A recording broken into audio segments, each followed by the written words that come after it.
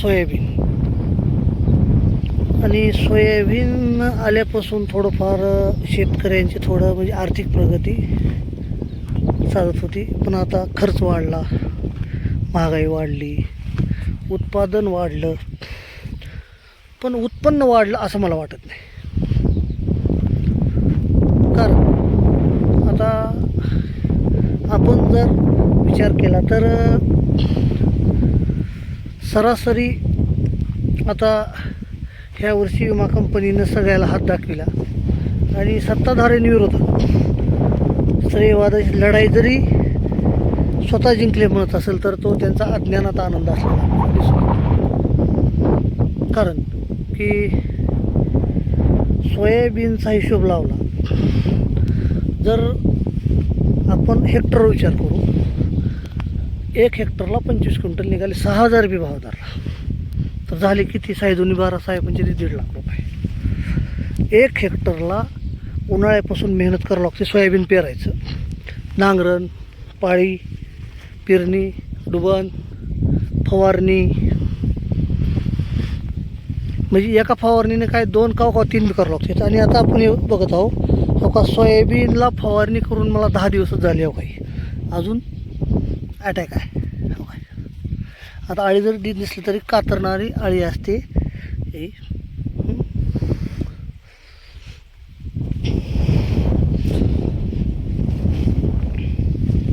आणि 1.5 लाखामध्ये शेतकऱ्यांचा खर्च किती, उत्पन्न किती ते आपण हिशोब करा. फवारणी किती, बॅग सोयाबीनची पेरणी आहे, खत आहे, तर असा बराच खर्च झाला तरी शेतकऱ्याला असं किती हाजरी पडते हो हे आपण काढलं पाहिजे. आणि स्वामीनाथन आयोग उत्पन्नाच्या 1.5 पट, पण असं 1.5 पट काय असं भाव मिळाला असं वाटत नाही. आणि पीक विमा कंपनी शेतकऱ्याच्या नावावर अनुदान उचलते आणि शेतकऱ्याला नावं ठेवते, हे कितपत योग्य आहे याचा कुठंतरी विचार करणं गरजेचं आहे. आता शेतकऱ्याला पूर्ण जर हिशोब काढला 3.5-4 महिने लागतात. ते शेतकऱ्याची किती हाजरी पडली, तिथं काम करणाऱ्यांची किती हाजरी पडली, भाडेपट्टासुद्धा निघत नाही. आणि पुन्हा म्हणायचं शेतकऱ्याला अनुदान देताव, विमा देताव, पण किती? आणि विचार करा, जर आता ही धाराशिव जिल्ह्यामध्ये आहे मी, कोलेगाव गाव आहे, एकाच जिल्ह्यात जर सोयाबीनची पेरणी झाली नाही तर शासनाचं किती नुकसान होईल. आता मोठ्या मोठ्या त्याच्यावर मिल चालतात, आडती चालतात, बाजारपेठ चालतात, आणि ती जर शेतकऱ्याने हात काढून घेतला तर काय होईल? हा म्हणजे गंभीर असणारा विषय आहे, तो सर्वांनी लक्षात घेतला पाहिजे. कारण आपलं शेतीचं जे अर्थकारण आहे ते देशाचं अर्थकारण शेतीत ठरवत असते. आता एवढं हे आता आपण आलं पान गुंडाळणारी अळी. 1 मिनटं.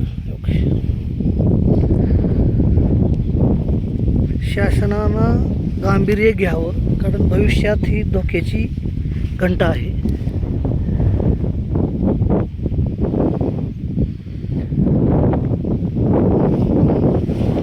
आता सोयाबीन जरी हिरवं दिसलं तरी ह्याला अजून 2-2.5 महिने जायचे. पुन्हा काय होईल? पाऊस येईल, पुन्हा नेते येणार, पुन्हा म्हणणार म्हणजे सरकार शेतकऱ्यांच्या पाठीशी. आता किती पाठीशी आहे आपण पाहिलेलं आहे. आता धाराशिव जिल्ह्यात एवढं नुकसान झालं NDRF आणून, तरी शेतकऱ्यांची चेष्टा करण्याचं काम ह्या वर्षी शासनानं केलेलं आहे. शासन जेव्हा चांगलं काम करतं त्याचं समर्थन आहे, पण ज्यावेळेस चुकतं त्यावेळेस चूक काढणं गरजेचं आहे.